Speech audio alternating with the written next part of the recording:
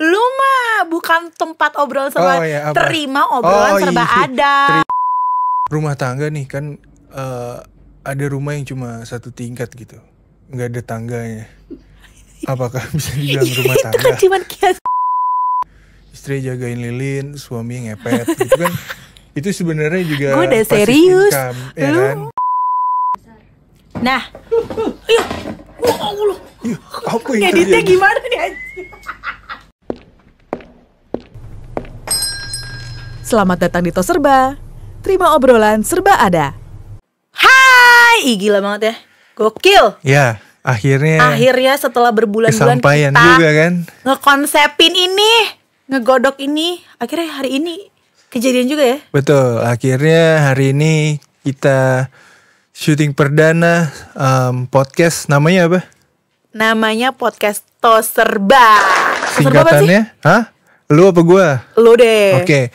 Tos Serba itu singkatannya tempat obrolan serba ada. Bener gak sih? Bener gak sih? Lu mah bukan tempat obrolan serba. Terima obrolan serba ada. Terima obrolan serba, maklum kan baru pertama jadi salah-salah dikit gak apa-apa lah. Tapi lu kenalin dulu dong siapa diri lo, siapa diri gue. Diri gue adalah Tochi dan dia adalah gue adalah Grace Naibaho. Oke. Jadi apa tempat obrolan serba terima ada. Obrolan serba lupa ada. Terus terima obrolan serba ada ini kita mau membahas obrolan apa aja ya, namanya juga Tos Serba gitu. Iya benar. Tapi dari sudut pandang seorang pria yaitu gua dan juga seorang wanita yaitu si Baho gitu. Baho ya. Nama panggung gue lu bawa kesini ya. Ya iyalah biar familiar gitu. Familiar, oke. Jadi kita mau ngobrolin apa hari ini? Tapi harus ada satu nih yang kita kasih tahu nih ke apa? Pelanggan kita ya. Oh pelanggan iya, kita. pelanggan. Kenapa Karena namanya sih? Tos Serba kan, jadi kita harus relate gitu dengan bener. pelanggan ya kan. Itu kita tuh apa yang kita obrolin di sini semuanya tuh otentik, based on reality. Jadi kenapa namanya pelanggan? Kenapa ibu kameramen? Kenapa? Majuan dikit ya. Oke. Malum perdana ya kan. Kenapa namanya pelanggan? Karena Tos Serba ya gitu. Kalau misalnya ke Tos Serba kan itu disebutnya sebagai customer. Ya, customer gitu ya. Jadi pelanggan. Terus apa? Topiknya. Topik diet? Waduh.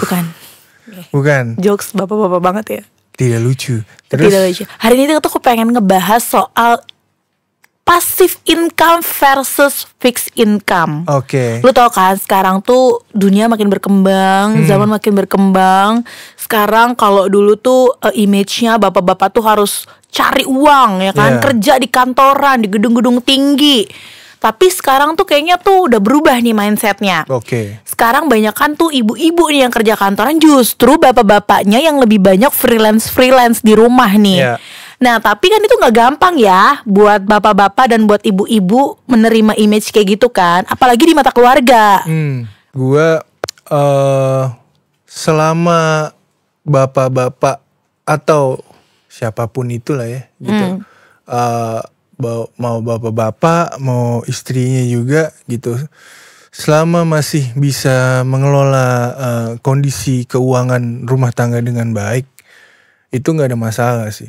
Tapi kalau rumah tangga nih kan ada rumah yang cuma satu tingkat gitu, nggak ada tangganya. Apakah bisa dibilang rumah tangga? Itu kan cuma kiasan rumah tangga, bukan berarti rumah ada tangganya. Oke. Iya menurut gue sih gitu. Jadi menurut lo nggak masalah ya? Selama masih bisa bukan menyebabkan ya. Membuat dapur ngebul. Ya membuat perputaran ekonomi negara itu berjalan dengan baik, menurut gue nggak ada masalah sih. Nggak ada masalah ya.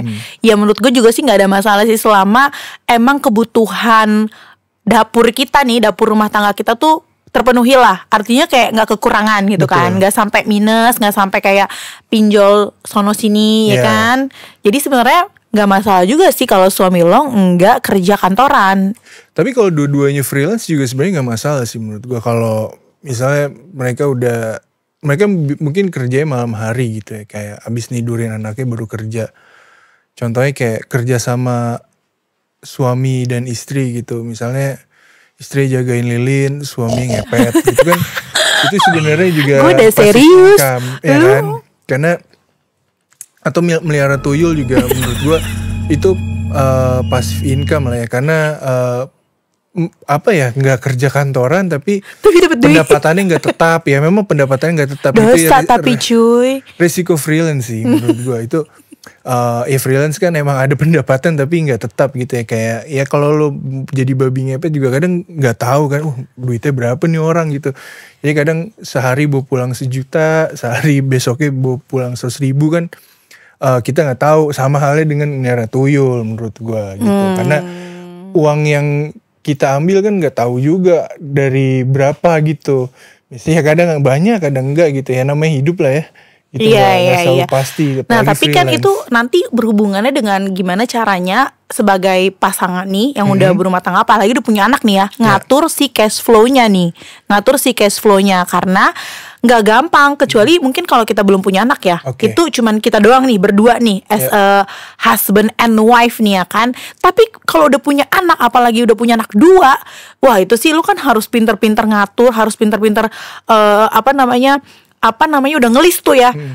Begitu lo dapet uang, mau kemana nih pos-posnya ya kan. Nah sekarang kalau misalnya pendapatan lo dan suami lo ini nggak sama nih, kayak kalau misalnya gini, kalau kita kerja kantoran, istri kerja kantoran atau suami kerja kantoran kan udah jelas nih akhir bulan bakal ditransfer nih kan sama company. Tapi kalau freelance kan bisa jadi dia dapat di minggu ini, minggu depan, dan nominalnya juga beda-beda kan. Nah itu tuh gimana tuh cara ngatur cash flow-nya? Gini, kalau menurut gua sebenarnya hidup itu simple, yang bikin susah tuh gengsinya gitu. Jadi kan lagi ya sebenarnya gaya hidup kita tuh harus menyesuaikan pendapatan kita. Kalau menurut gue setuju. Gitu. Jadi lo tidak perlu membeli atau menghabiskan uang lo untuk hal-hal yang sebenarnya nggak terlalu lo perlukan gitu. Karena sebagai suami istri kan pasti lo akan berbincang ya gitu, mempunyai sebuah prioritas, misalnya apa, mempersiapkan untuk sekolah gitu. Terus nabung untuk biaya-biaya tak terduga gitu ya. Itu juga harus tiba-tiba dipersiapkan. Anak sakit gitu ya, kan. Itu kan kadang sebenarnya ada mungkin ada bantuan dari asuransi gitu ya, atau BPJS gitu ya. Cuman kan kadang ada beberapa hal yang mungkin nggak bisa diprediksi gitu, karena Jaya. Karena kalau penyakit itu kan nggak bisa diprediksi lah ya. Atau apa misalnya tiba-tiba rumah lu bocor, atapnya jebol gitu. Iya itu, sih, itu urusan rumah sih kayak nggak ada habisnya ya kan. Makanya menurut gue dari berapapun pendapatan lo harus lo sisihkan untuk itu gitu. Betul, gue setuju sih. Nah kalau gue nih, gue tuh selalu kayak udah punya list tuh expenses bulanan apaan aja. Udah gue list tuh uang sekolah anak. Terus misalnya kayak belanja dapur bulanan berapa. Terus misalnya kayak asuransi, nabung anak, sekolah anak berapa. Udah punya listnya tuh. Jadi nanti terakhir sisanya berapa itu yang gue pakai buat kayak ya biaya bulanan. Enggak foya-foya juga, maksudnya biaya bulanan. Itu kan dari diri kita berdua nih yang ngelihatnya ya. Pastinya kan kayak kita sebagai suami istri harus kayak kerjasama dong ya. Tapi kan kita gak bisa nutupin juga nih pandangan orang-orang luar tentang itu. Khususnya sih paling terdekat tuh keluarga. Ya kan, pasti kan khususnya kayak mungkin kayak keluarga cewek kali ya. Karena kalau misalnya orang tua itu kalau mau ngelepas anaknya dinikahin sama orang, pasti kan akan ditanya tuh kerjanya apa, ya kan. Kalau tiba-tiba dia cuman bilang kayak aku kerjanya cuman musisi gitu misalnya kan.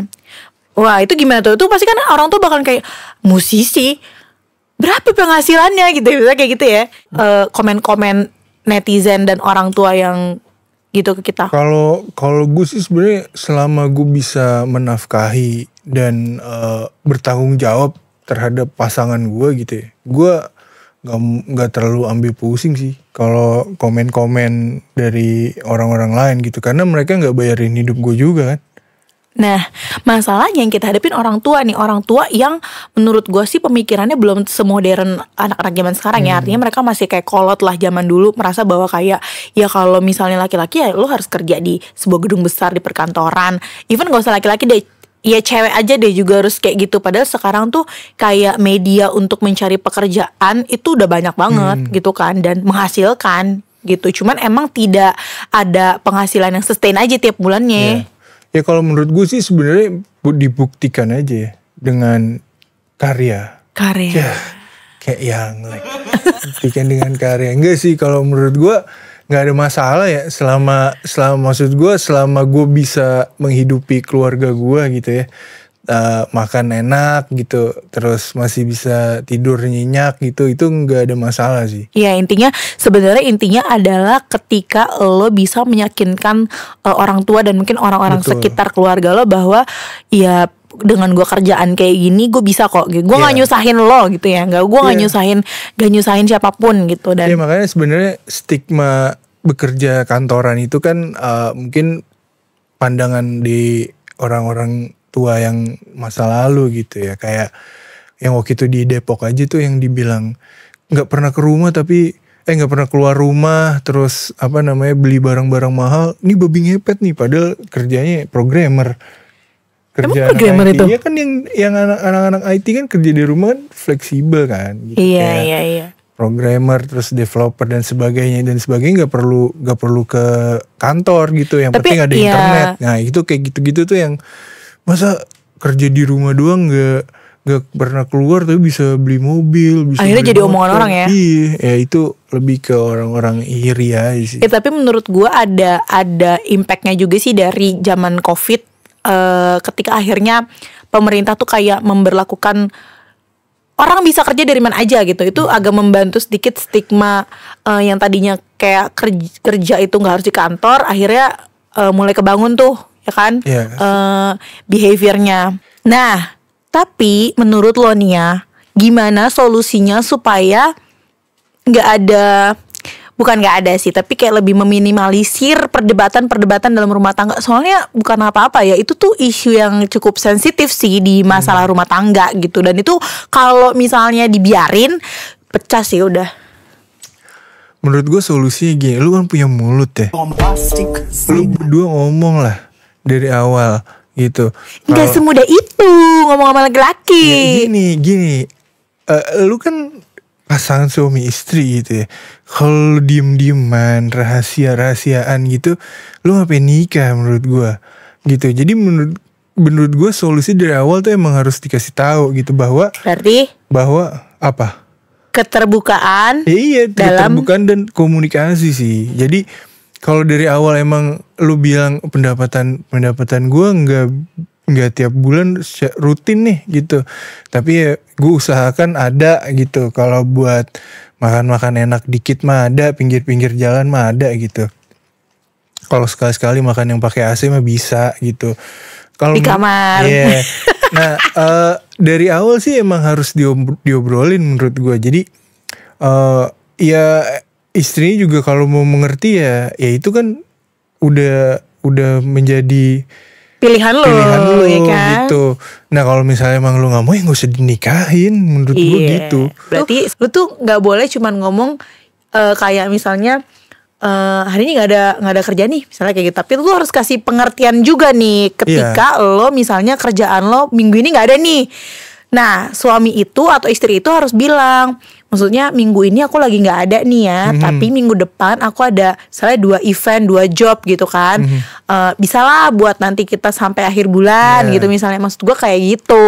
Jadi kan nggak, istri tuh atau suami tuh nggak yang langsung ngejudge lo, tapi kita kan udah tinggal segini nih uangnya gini, artinya tuh udah bisa di plan lah gitu sampai akhir bulan. Iya, sama ini sih sebenarnya. Kalau kayak gitu kan risikonya berarti salah satu harus menalangi gitu. Nah itu udah harus disiapkan dari awal tuh. Misalnya suaminya lagi bulan ini lagi gak ada sama sekali gitu, berarti ya sementara hidupnya dari istri dulu duitnya. Berarti sebagai seorang, ini case-nya kalau misalnya suaminya yang freelance ya, dan istrinya yang punya fixed income nih. Berarti kalau dari sisi POV perempuan, si perempuan ini, si istri ini juga harus ngerti gitu. Maksudnya jangan berpikir bahwa kok gue tulang punggung keluarga sih gitu. Padahal kan lo suami, tulang sumsum keluarga, tulang rusuk ya kan, sebisi mau rangkir lo tulang rusuk. Intinya dari sisi perempuannya, dari sisi si istrinya juga nggak boleh punya pikiran bahwa kenapa jadi gue nih yang cari uang ya, gitu kan, kenapa jadi gue nih.